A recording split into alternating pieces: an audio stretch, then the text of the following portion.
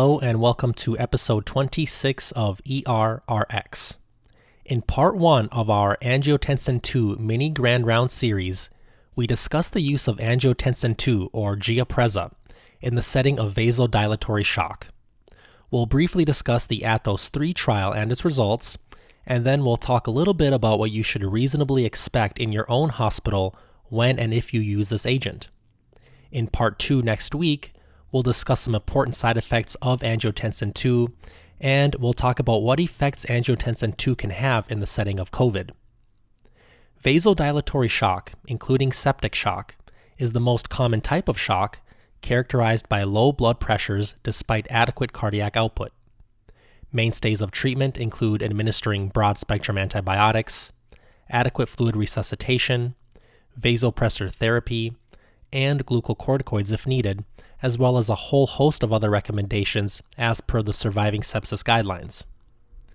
At this time, we use two classes of vasopressors: catecholamines such as norepinephrine, epinephrine, and dopamine, and vasopressin. However, when we become hypotensive, our bodies activate another system, the renin-angiotensin-aldosterone system, or RAS, a potentially underutilized mechanism of raising blood pressure in our hypotensive patients. With this in mind, ATHOS-3 wanted to answer a simple question: can the addition of angiotensin II to background vasopressors improve blood pressure? As a quick review of this now kind of old study, ATHOS-3 was an international, randomized, blinded, placebo-controlled trial in adult patients who had vasodilatory shock despite volume resuscitation, who were also on high-dose vasopressors. High-dose vasopressors were defined as more than 0.2 micrograms per kilogram per minute of norepinephrine or equivalents for at least 6 hours. After checking baseline MAPS and Apache scores, angiotensin II or placebo solutions were started at a rate of 20 nanograms per kilogram per minute and adjusted every 5 minutes during the first 3 hours to a MAP goal of 75 millimeters mercury. It's kind of unclear exactly why a MAP of 75 was chosen, but it's likely so that they could detect a big enough difference between the groups. It was also a good way to assess the safety of higher than normal doses. Either way, and more importantly, background vasopressors could not be increased during this time period unless absolutely necessary. Only after 3 hours could the background vasopressors be increased, along with adjustments to angiotensin II, this time to a more normal MAP goal between 65 and 75.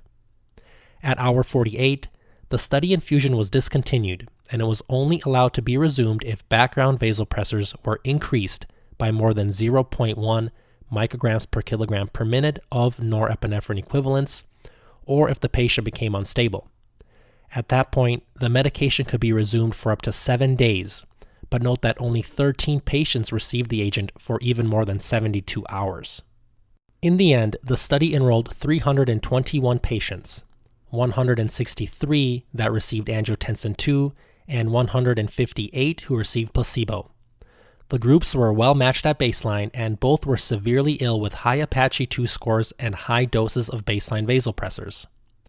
Over 95% of patients were on norepinephrine, and 70% were also on vasopressin.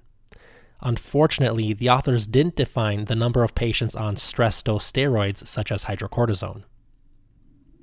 The primary endpoint, which was the ability to achieve a MAP of greater than or equal to 75, or an increase of the MAP by at least 10, was achieved in 70% of patients in the angiotensin II group and only 23% of the placebo group. At 3 hours, the angiotensin II group had a higher MAP increase versus placebo, at around 12.5 millimeters mercury versus 3 millimeters mercury. The authors found that if angiotensin II worked, it worked very quickly, and the dose of angiotensin II and or background vasopressors was able to come down in 2/3 of patients within 30 minutes. Cardiovascular SOFA score improvement was greater in the angiotensin II group, but other SOFA components did not improve significantly, and at 48 hours, the total SOFA score increased in both groups. The fact that only the cardiovascular SOFA score decreased isn't surprising, as this score takes into account vasopressor doses, which we know were reduced in the angiotensin II group.